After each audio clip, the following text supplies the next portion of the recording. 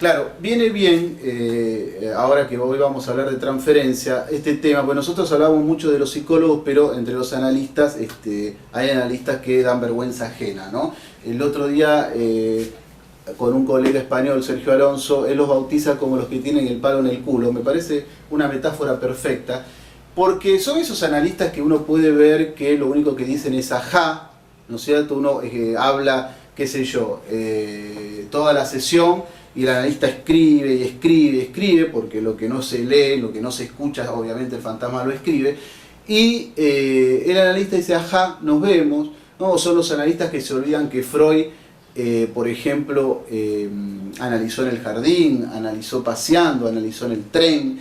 Son los analistas que creen que la transferencia imaginaria no existe, descreer de eso, aparte de que es iatrogénico en la clínica, porque la transferencia imaginaria es la que dice justamente tiene que ser aparte de eso es descreer del plano teórico, porque si no, no existiría tampoco ni la simbólica ni la real.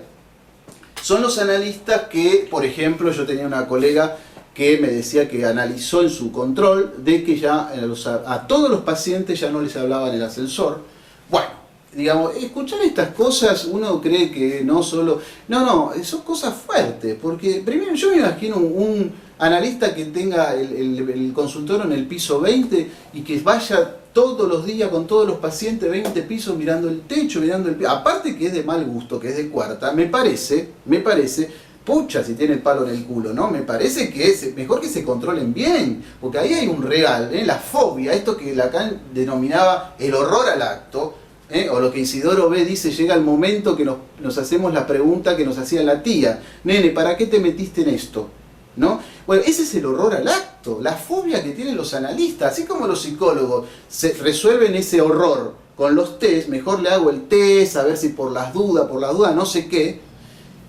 El analista parece que lo resolviera con esta cuestión de no hablar, o no, a ver si no, tampoco van a ir a una exposición de algún paciente si es artista plástico, o de algún paciente si es actor. No, se olvidan, ¿no? Que el analista tiene que salir del sillón e ir a la cancha, como decía Pillon, y se olvidan de que hay algo en el orden del cuerpo del analista, que por eso el trabajo es cara a cara o en el diván, pero es con el cuerpo del analista. No existe el psicoanálisis vía internet, el psicoanálisis telefónico, más allá de que se puede a través, porque es la palabra lo que está en juego y es lo simbólico también, y se puede a través de un teléfono escuchar a un analizante, pero un analizante que esté con nosotros previamente en el análisis.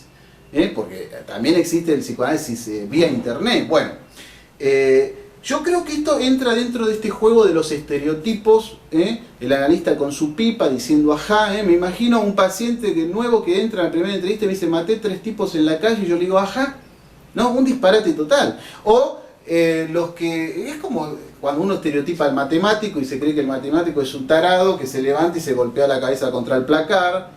O estereotipa al artista plástico, entonces el que no se fuma un porro no es artista plástico. Bueno, esos son todos disparates que en todos los oficios hay. Pero, o el contador o el abogado triste, no, hay contadores que van a la montaña, que hacen, no sé, y abogados que también, que abogados que estudian, qué sé yo. Sirve para empezar a hablar de la transferencia, porque la transferencia, como habíamos dicho antes, no es algo natural, como todo lo que ocurre al sujeto, al bicho humano. La transferencia, que Lacan no tiene ningún problema de llamar amor, por eso tiene que ver con el banquete, y por eso en el seminario 8 va a hablar todo el tiempo sobre la episteme socrática. Si quieren, entre paréntesis, podemos poner al saber, pero es amor, acá no hay ninguna duda, pero lo que les decía, la transferencia en el orden imaginario es importante establecerla desde el vamos, porque fíjense lo que pasó cuando Breuer analizaba a Berta Pappenheim. Breuer quería un hijo y Berta se embarazó. Es decir, en la transferencia puede pasar cualquier cosa, se pueden llegar a casar el analista con la analizante, por supuesto se termina el análisis, pero puede pasar cualquier cosa. Entonces, descreer de la transferencia imaginaria es un disparate realmente. La transferencia, como el amor, es algo cultural, como dice el filósofo que cita mucho Lacan, si no nos hubiesen hablado de amor, no sabríamos qué es el amor. Hablar esto está en el orden de algo que es la palabra, tanto este aspecto como este, está en el orden de la palabra, del hablaje, por decirlo así, del hablaje.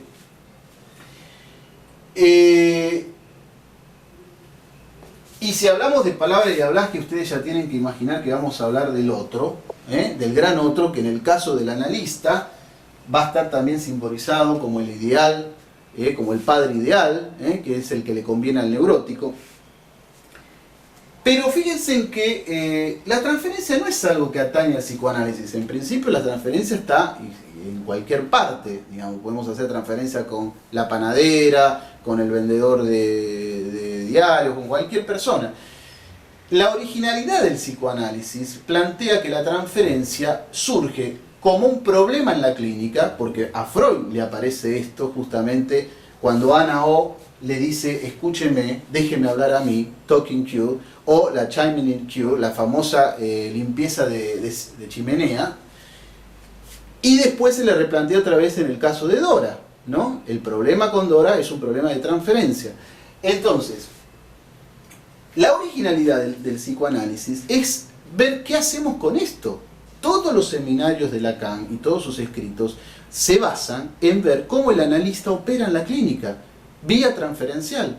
Si no entendemos esto y no entendemos que es el motor de la cura, entonces nadie va a entender por qué el psicoanálisis cura. Y la transferencia imaginaria, volviendo, tiene que ver con algo que decía Georges Canguilhem, creo que era Canguilhem, si no mal no recuerdo, porque se me mezcla si puede ser Foucault, que decía que el médico no cura, no es famoso porque cura, sino que cura porque es famoso. Y esto también lo decía Lévi-Strauss cuando hablaba de la cura llamanística y comparaba la cura llamanística con la cura psicoanalítica. Es decir, fíjense, el médico no es famoso porque cura, sino que cura porque es famoso. ¿Dónde están los significantes? ¿Cómo? Esto ya ustedes tienen que pensar en los ejemplos cuando hablábamos del cuerpo, por ejemplo, la botella de Dom Perignon. La histérica que solo llegaba al orgasmo masturbándose con la botella de Dom Perignon, no por ser una botella, sino porque era de Dom Perignon, la etiqueta, el significante. Bueno, entonces, la palabra, como les decíamos antes, Montaigne decía que la palabra es mitad de quien la dice y mitad de quien la escucha. Es decir, que nosotros ya tenemos que ir pensando que no es lo mismo una lectura que otra lectura. Porque si la palabra, como dice Montaigne, es mitad de quien la dice y mitad de quien la escucha, la otra mitad tiene la responsabilidad, le corresponde la lectura al que la está escuchando. Entonces, no es lo mismo la lectura de un analista que de otro analista. No cualquier lectura, pero no es lo mismo. Y esto es lo que nos va a diferenciar un analista de otro. Cómo leemos el texto de nuestro analizante. ¿Qué es lo que leemos? ¿Qué es lo que dejamos pasar? ¿Qué es lo que se nos escapa? Esto también viene a cuento con lo que decía antes. Los analistas que se defienden, si hablo en el ascensor, si hago esto, si no hago lo otro, que no hablo, digo ajá, se están defendiendo de su propio real, de eso que se escapa, que casualidad, porque esa es la paradoja, por definición en el psicoanálisis, tiene que estar esa escapatoria, tiene que estar esa falta, porque si no, no hay sujeto, no hay nada. Ya esto lo habíamos visto cuando veíamos el cuerpo. Y la palabra surge a través de ese vacío justamente. Entonces, voy a citarles, por ejemplo, una frase que dice Lacan, muy linda frase, para poder como introducir el tema más directamente. Lacan dice: al principio del tratamiento, el analizante no habla de él al analista. Después, habla de él, pero no al analista. Finalmente, habla de él al analista. Y dice Lacan, y ahí hay un final de análisis.